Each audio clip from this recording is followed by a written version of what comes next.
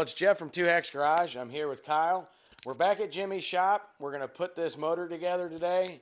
And as you can see, we got a whole lot of parts here. Scorpion, roller rockers, bullet pistons, eagle crank, eagle rods, Milodon windage tray, ARP bolts, Melling high volume oil pump, ARP studs with everything. We're going to keep this short because we need to get working, but we're going to build the 521 today and get a short block assembled at least and go from there. Kind of the way we're going to video this is just typical time lapse. If we might stop and show some updates and all that, but what do you think, Kyle?